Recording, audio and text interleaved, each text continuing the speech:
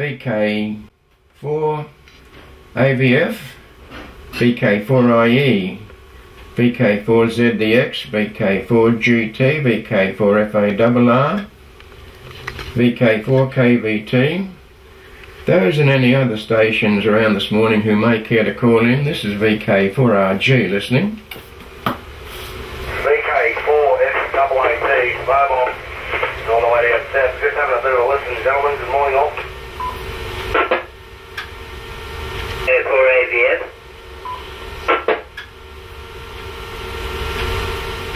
Now John. VK4ZDX. VK4GT. Now.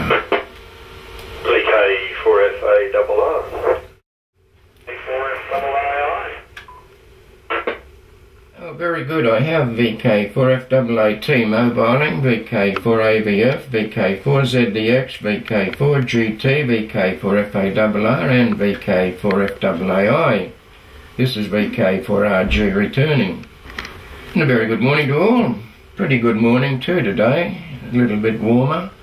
14 inside here, and Amberley was talking this morning. They had 10 degrees out there with 1,021. And my favourite palm tree is not waving, so very little breeze here this morning. So it looks a pretty good day coming up. Anthony, do you want to take it, or are you just listening? Otherwise it's VK4AVF with the group, VK4RG listening. VK4RG, VK4AVF returning. Yes, good morning Ron, good morning to all on the net. And I got you up there at Toowoomba Mark, so all okay there. Yeah, we have 12 degrees, 1,019 and 73%. And like you, Ron, I was just looking out in our carport. There's one of the spirals is just he's kicking over and turning around, so he's not doing too bad. And there must be a little bit of breeze out there. But it was a bit fresh, that's for sure. And I don't think the winter has left us completely yet. So it's still only in the middle of, or towards the end of July, so I suppose there's still more cold days to come. So we'll be ready for them. Yes. Oh, in the 1974 flood, you know, the amateur radio was the only way that we got word in and out of the place, and Roy O'Malley was the other end of it in Brisbane, and we were on 6 metres in those days, and it worked out extremely well. There's a story, and quite true, that our headworks engineer was called down to the radio branch in Brisbane afterwards, and he was to see one of the inspectors, one of the radio inspectors down there. And when he went in, this fella bailed him up. He said, "Why did you use the amateur radio in the flood?" And our boss said, "Because it worked." And it did work, and that was the only thing that saved Mount Crosby really in those days, because we were getting desperate towards 3 or 4 days into that flood, you know. We were running out of oil, we were running short of food, we were running short of men. The council had a radio system going, but of course it was FM, and of course we lost out because the local stations were capturing the thing down there, you see, and they just couldn't get through. There was such a panic in Brisbane, and there couldn't have been too many channels, I wouldn't imagine, and so there was real problems. The phones were out, and we were in a desperate situation, there's no doubt about that, you know. Nobody knew really when the water was going to stop rising. We lost a lot of the bank, was swept away, and our wells were all flooded.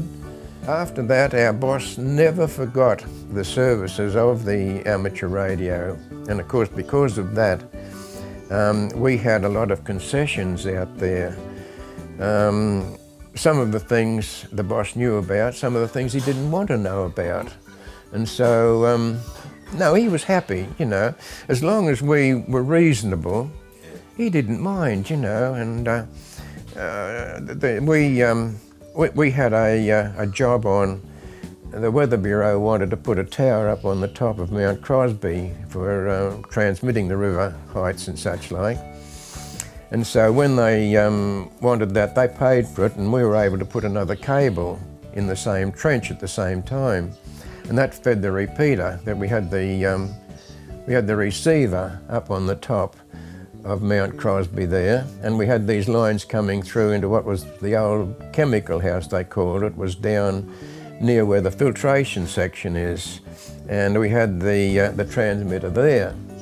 And it used to be good up there too, that Jim Biddle used to be up in Warwick, and Jim would take note of when the storms were coming through, and he'd give us the word that there was storms up around Warwick, and you know, to be prepared for it coming through in towards the Mount Crosby area. That's when it really started, because Dave and I had been working together for 30 years out at Crosby, more or less, and we used to see one another every day. And of course, when Dave left, I left pretty soon after. And at 4th of July, Independence Day, it was, both for me and America. I started on Independence Day actually in 1955, and I finished in 1986, both on the 4th of July.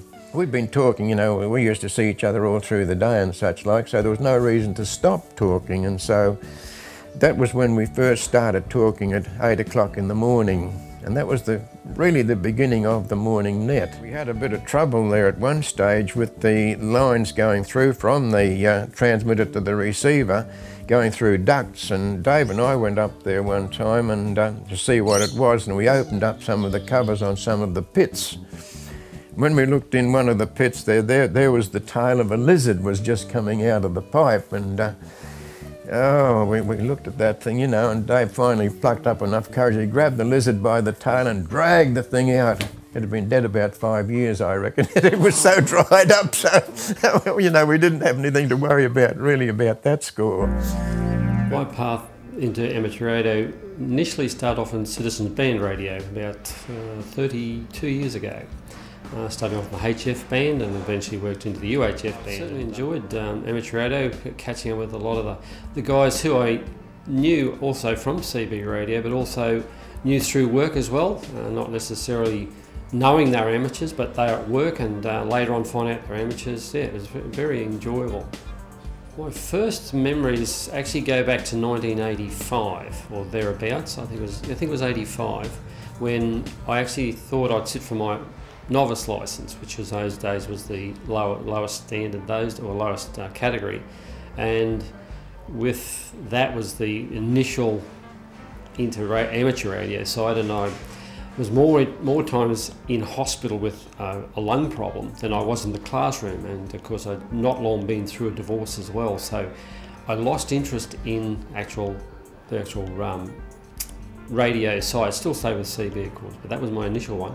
And this time around, I decided to rejoin the club, and eventually, of course, with the way things had happened through the course of the club, I ended up being vice president, and yeah, it was really a sort of a mishmash of in and out of the radio. And, yeah. Over the period of time I hadn't held my licence, I think it's given me a lot of enjoyment with being able to chat to other people, not only here in Australia but all around the world, or various parts of the world, which is because I haven't done a lot of overseas stuff, but those who I have caught up with, it's given me the opportunity to learn about themselves, what they do. It's just the freedom to be able to chat about everyday life, if you like.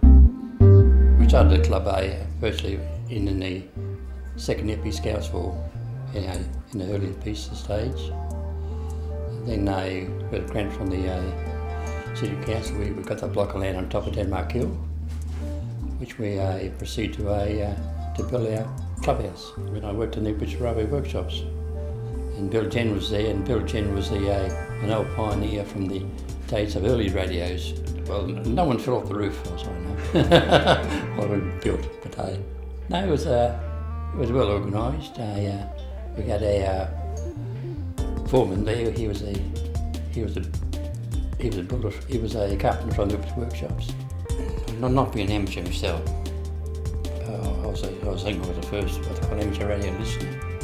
No certificate. I applied for an amateur radio listener, and I think the amateur radio is doing a great job. I think they work well together. There's good communication with things that are going on, and I really did enjoy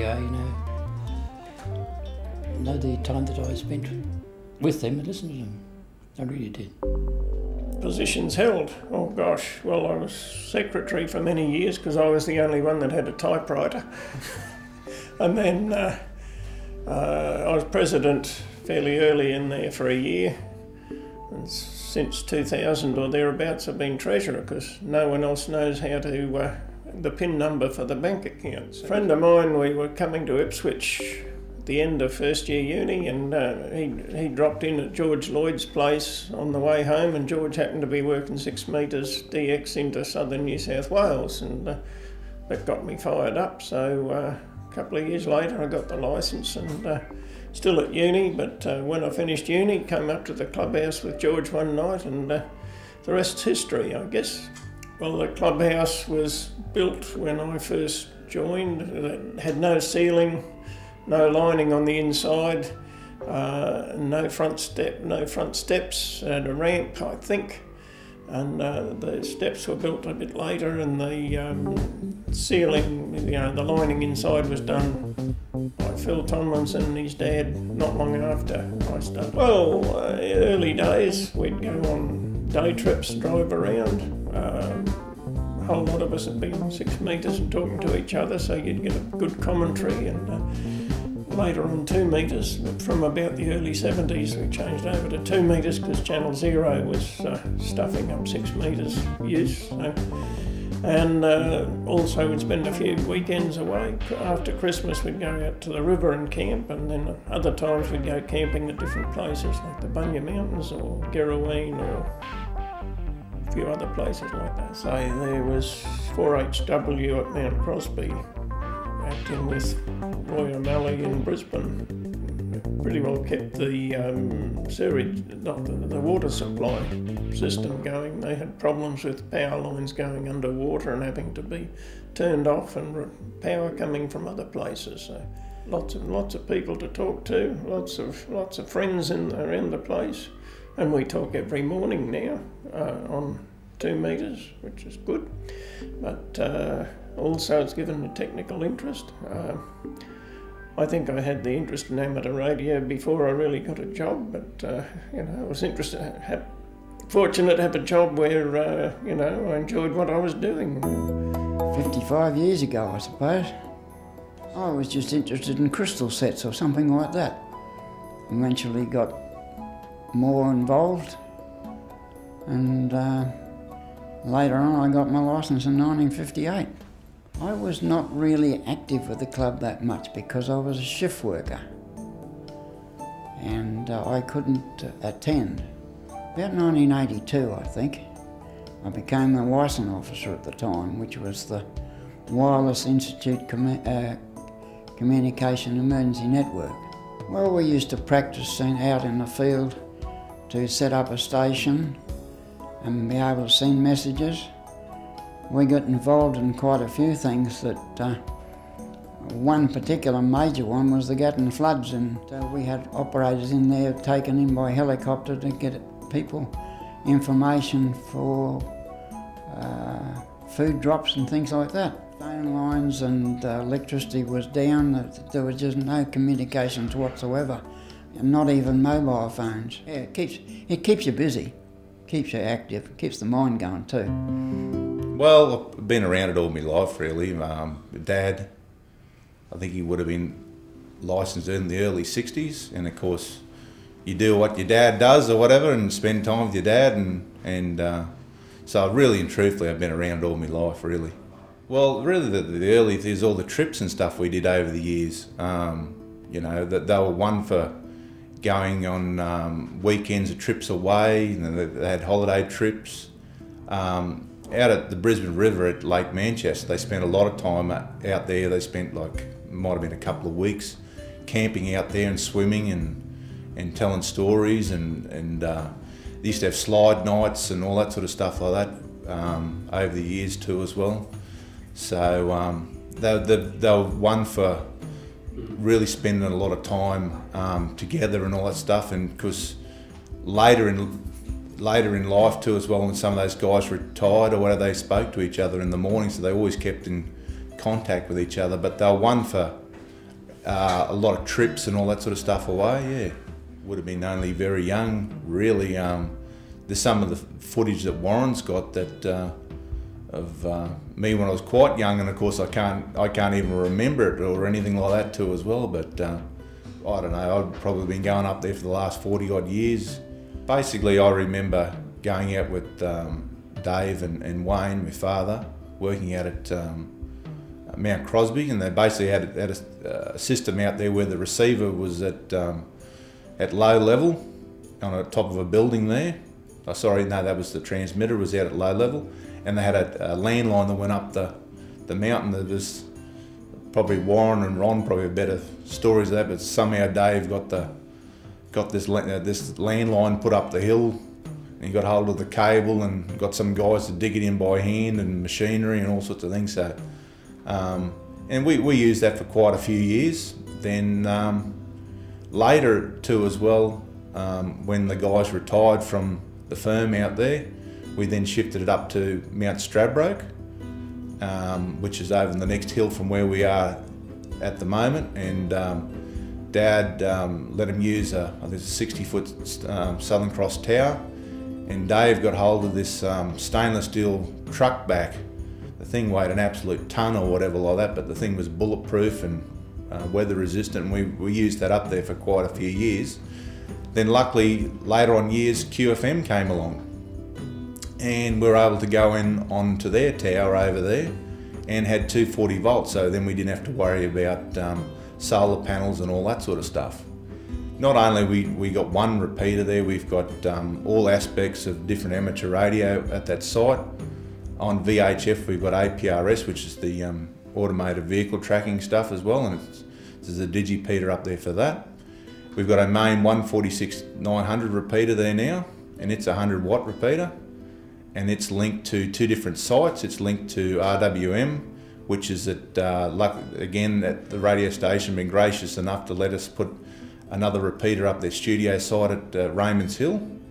So anyone that's can't use the normal amateur radio stuff, or if they're in an elderly establishment or whatever like that, and they can only allow to use handhelds or whatever, they can do that sort of stuff. Then we've got another site we just built in the last 2 years, might be the last 12 months really, down at a place called Spring Mountain, and it's a solar powered site up there. So we've got that site up there, and those three repeaters are linked together, so that gives us very good coverage in the greater Ipswich area. We've also got on 2 meters, we've got D-Star, which is another digital format, and we've also got another format which is similar to the emergency services use, which is APCO 25. So it's another digital format, and that's on 2 meters. On 70 centimeters, we've got IRLP and Echolink repeater, and it's a 50-watt repeater. We've also got another one as well, which is linked to the Central Highlands network, and it's a dual mode one, so it also works in analog mode and also in the digital APCO 25 mode. We've also got 6-meter repeater up there, and we've still got a packet digi up there as well. Dad wasn't one for climbing, and especially, you know, Dad worked for himself for quite a few years, but before that he worked for another company, doing stuff for Dad at home with amateur radio and all that sort of stuff. Me being younger and the younger one or whatever, you know, later in life we had a harness, but in the early days we never had one.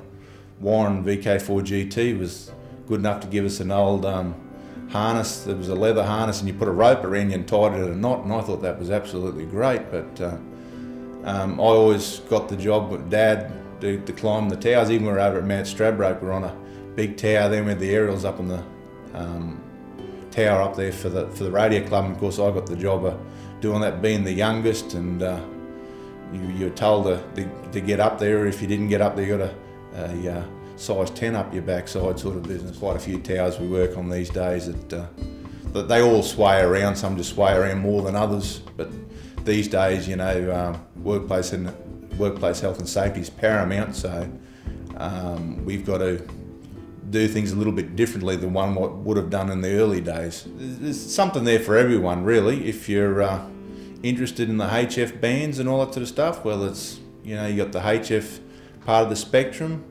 If you're more of a computer type person, well, you got all the digital formats and all that sort of stuff. It can also be a hobby, but then it can also go on to lead you into more professional trades and all that sort of stuff. And some of our members were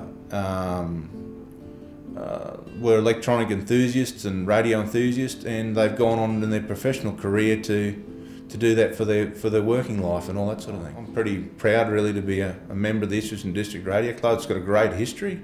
You know, I really enjoy it. Not only it's part of my working job too as well, I enjoy the interaction with other guys and meeting and talking to other guys that get similar interests to what you've got. Call signs VK4GT, and I've only been president once. Well, it was during World War II actually.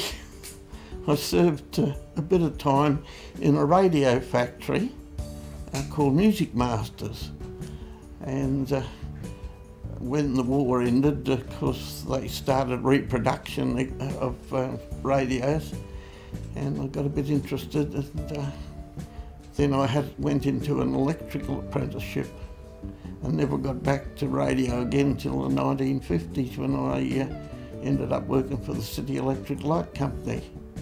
I never really got interested back in radio again until I went to work for the City Electric Light. Then I met Bob Linscott, and he used to drive us around, and he was interested in radio, and he talked me into becoming a ham. They were using 73.22 megs FM, made by AWA, quite huge units. They used to chew out I think it was a 15-plate battery, 2 a day. We used to have to change them in the trucks because they chewed up that much battery power. Oh, I would say having the first meeting up in the Second Ipswich Scout Hall in Milford Street, I think it is. We all went up there with Trevor and old Bill Jen and Dave Ness, and we met there for quite a while until then we met underneath my house for a while. In fact, we used to have bingo nights there underneath the house. We were very fortunate with our clubhouse. We had a couple of good scroungers, I suppose you'd put them down to. We ended up getting an old bathhouse from a mine, and we all were down there pulling it to pieces and dragging it up to the clubhouse site. But before we got that, we worked on Mrs. Jordan, who was a member of the council, and I worked with a chappie called, I can't think of his name now, but anyway, he was a councillor, and I used to annoy the heck out of him at work, you know. Brian Creedy, his name was. And they arranged for us to pick ourselves a block of land up there on Denmark Hill. We could have anywhere we wanted to except where the water tower was, of course. Then we got mobile. We went down and dismantled this old bathroom at this coal mine, brought all the bits and pieces up there. Then we had to think of how are we going to build it? None of us were carpenters, but luckily there was an old fella called Herman Jackwich, who was an ex-railway carpenter, and he decided he would help us for £1 a day. He did all the marking, we did all the hacking and chopping. We did run into one trouble. We ran out of money at one stage, and we had no floor in the place.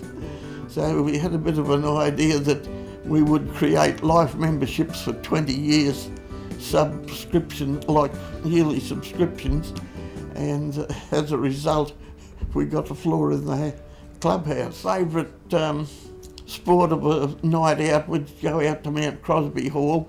It was duster hockey. You lined 2 teams up on either side and you numbered them, one from the top and the other one from the bottom, and you'd, in the middle of the hall, you know, there would be a piece of rag and 2 sticks, and you'd call out a number, and the number on either side would race out, grab a stick and try and put this piece of rag into the goalpost up the other end.